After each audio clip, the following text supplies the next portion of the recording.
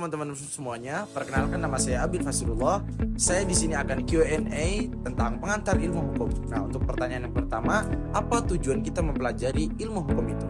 Nah, tujuannya untuk memberikan pengetahuan yang elementer kepada mahasiswa agar mereka memahami ilmu hukum secara mendasar. Nah, di samping itu, dengan kita mempelajari ilmu hukum, maka kita akan mengetahui yang pertama, apa ya? Asas-asas hukum yang pokok. Dan yang kedua, sistem formal hukum. Dan yang ketiga, konsepsi hukum dan arti fungsionalnya dalam masyarakat. Dan yang keempat, kepentingan sosial apa saja yang dilindungi oleh hukum. Dan yang kelima, ingin mengetahui tentang apa saja sesungguhnya hukum itu dan dari mana dia datang atau muncul, apa yang dilakukannya, dengan cara-cara atau sarana-sarana apa ia melakukan hal itu. Dan yang keenam, apakah keadilan itu dan bagaimana ia diwujudkan melalui hukum. Yang ketujuh, perkembangan hukum, apakah hukum itu sejak dahulu sama dengan yang kita kenal. Dan yang keenam, apakah keadilan itu dan bagaimana ia diwujudkan melalui hukum. Yang ketujuh, perkembangan hukum, apakah hukum itu sejak dahulu sama dengan yang kita kenal. Nah, yang kedelapan, pemikiran orang mengenai hukum sepanjang masa. Dan yang kesembilan, bagaimana hubungan atau berkaitan antara hukum dengan subsistem lain dalam masyarakat seperti politik, ekonomi, dan lain sebagainya. Dan yang terakhir, apabila ilmu hukum itu disebut sebagai ilmu, bagaimanakah sifat-sifat atau karakteristik keilmuannya? Pertanyaan yang kedua, jelaskan pengertian ilmu hukum dari sisi terminologi menurut Ross.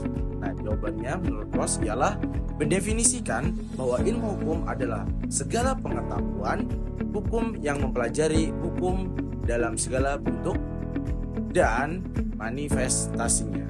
Nah, pertanyaan yang ketiga, jelaskan metode komparatif dalam mempelajari ilmu hukum.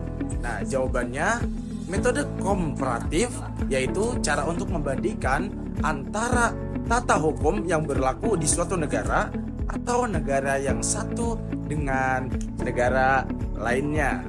Nah, untuk pertanyaan yang keempat, jelaskan apa yang dimaksud dengan hukum positif. Nah, di sini jawabannya, hukum positif merupakan hukum yang sedang berlaku dalam suatu negara. Pengertian hukum positif. Nah, pertanyaan yang terakhir yaitu mengapa sosiologi hukum itu penting dalam kajian ilmu hukum? Karena sosiologi hukum mempelajari hubungan timbal balik antara hukum sebagai gejala sosial dengan gejala sosial lainnya. Hal ini sangat penting dalam perkembangan ilmu hukum ke depannya akan berjalan seperti apa. Sekian dari saya, Abil Fazrullah. Saya, Muhammad Faturwan Hadi, akan melanjutkan Q&A sebanyak 5 pertanyaan. Pertanyaan pertama, apa saja jenis metode pendekatan dalam mempelajari ilmu hukum? Nah, apa saja ya? Jadi itu ada 6 jenis metode pendekatan dalam mempelajari ilmu hukum. Di antaranya yang pertama adalah metode idealis. Metode ini merupakan pendekatan dengan cara kita dalam melihat perwujudan nilai-nilai tertentu. Seperti apa nilainya? Seperti keadilan. Nah, yang kedua adalah metode normatif, yang merupakan pendekatan dengan cara menganalisa hukum sebagai sistem abstrak, otonom, dan bebas nilai. Nah, yang ketiga adalah metode sosiologis. Metode ini untuk mengkaji hukum sebagai alat untuk mengatur masyarakat serta faktor-faktor yang mempengaruhi pembentukan hukum.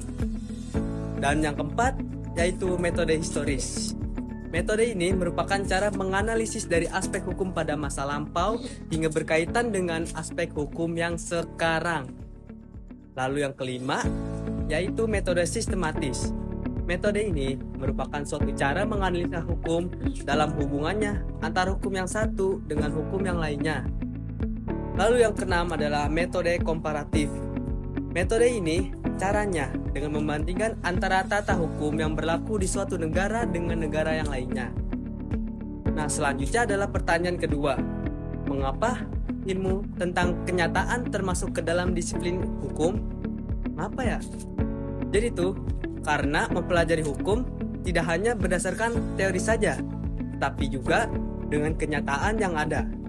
Nah, ilmu tentang kenyataan ini merupakan aspek penting dari disiplin hukum supaya hukum yang berlaku sesuai dengan keadaan sosial di suatu masyarakat. Lalu pertanyaan ketiga, mengapa psikologi hukum termasuk ke dalam disiplin hukum yang dikategorikan sebagai ilmu tentang kenyataan?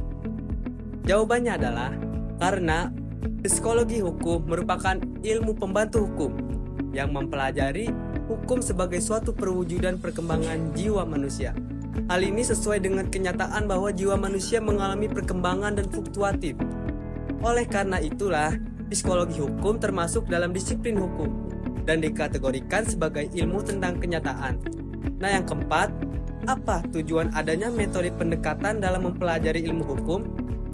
Nah, tujuan dari adanya metode pendekatan dalam mempelajari ilmu hukum agar dalam memahami, mencari, serta menelaah ilmu hukum mempunyai caranya tersendiri. Nah, dengan metode pendekatan ini, kita bisa mempelajari ilmu hukum secara terstruktur. Dan pertanyaan terakhir, yang kelima, apa perbedaan dari pengantar ilmu hukum dan pengantar hukum Indonesia? Apanya? Jadi itu perbedaannya, jika pengantar ilmu hukum itu membahas definisi, tujuan, serta sistem hukum di dunia. Jika pengantar hukum Indonesia membahas hukum positif yang ada di Indonesia ini dan berlaku pada saat ini juga. Hukum positif itu mencakup hukum perdata, hukum pidana, hukum tata negara, hukum acara, hukum lingkungan, dan lain-lain. Oke, sekian dari saya. Perkenalkan, nama saya Muhammad Hafizur Rahman. Di sini saya akan melanjutkan Q&A tentang 5 pertanyaan. Dan pertama adalah, apa saja sih objek kajian ilmu hukum itu?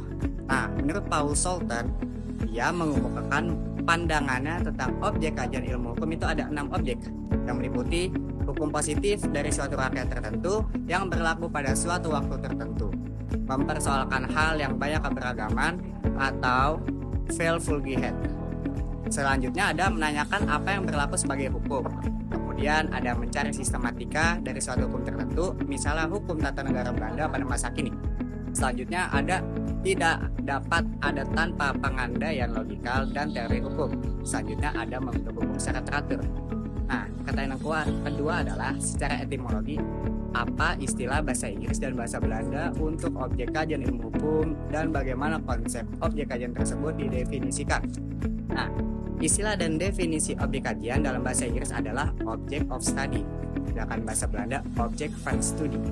Dan definisinya, objek kajian dikonsepkan sebagai sasaran dalam penyelidikan dan pengajaran dalam mata kuliah pengantar ilmu hukum.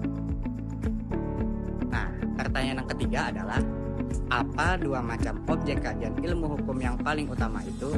Jawabannya adalah norma hukum dan perilaku manusia. Pertanyaan keempat, jelaskan apa yang dimaksud dengan perilaku manusia sebagai kajian, termasuk istilah Belandanya dan bagaimana kaitannya dengan norma hukum. Jawabannya adalah perilaku manusia disebut menselijk gedrag dalam bahasa Belanda. Perilaku ini merupakan tanggapan atau reaksi manusia yang berwujud gerakan atau perbuatan yang telah ditentukan oleh norma hukum. Pertanyaan kelima adalah, mengapa ilmu hukum itu berupaya memahami objeknya secara hukum dan apa sih implikasi terhadap pemahaman suatu materi? Nah, memahami objek secara hukum itu, memahami objeknya secara hukum berarti memahami sesuatu itu sebagai hukum, yaitu sebagai norma hukum atau sebagai muatan dari norma hukum tersebut. Sekian dari saya dan terima kasih. Saya Henry Akhiri ingin melanjutkan Q dan A sebanyak 5 pertanyaan. Yang pertama, ilmu hukum memahami objeknya secara hukum. Tolong jelaskan kata memahami objeknya secara hukum baik dari segi norma maupun perilaku manusia. Jawabannya adalah berupaya memahami segala sesuatu dari segi norma hukum atau muatan dari norma hukum. Sedangkan perilaku manusia memahami sebagai tingkah laku, pendapat, perbuatan atau tanggapan. Soal yang kedua, apa bedanya hukum pidana dan hukum perdata?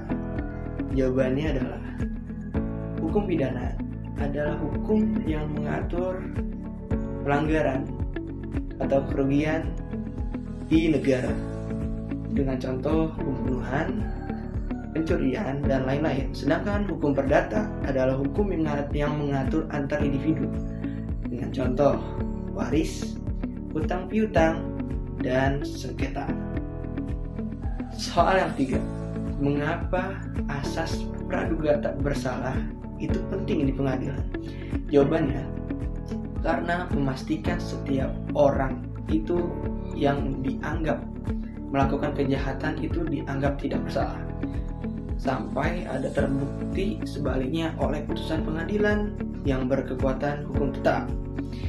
Soal yang keempat, selain undang-undang, apa saja yang bisa dijadikan sumber hukum formal yang bisa diakui?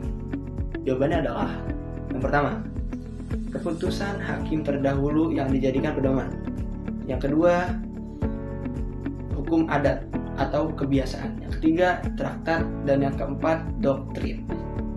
Soal yang kelima, jika hukum tata negara adalah objek kajian hukum, apa saja yang utama yang diatur oleh hukum tata negara di Indonesia? Yang pertama, jawabannya adalah pembagian kekuasaan.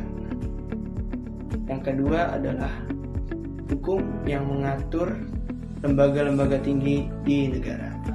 Sekian, terima kasih. Apa saja objek kajian utama dalam mata kuliah pengantar ilmu hukum atau PIH? Objek utamanya itu tentang kajian ilmu hukum secara umum, yaitu mempelajari seluk-beluk mengenai hukum secara universal dan mendasar. Jelaskan secara singkat apa saja yang termasuk dalam ruang lingkup kajian pengantar ilmu hukum.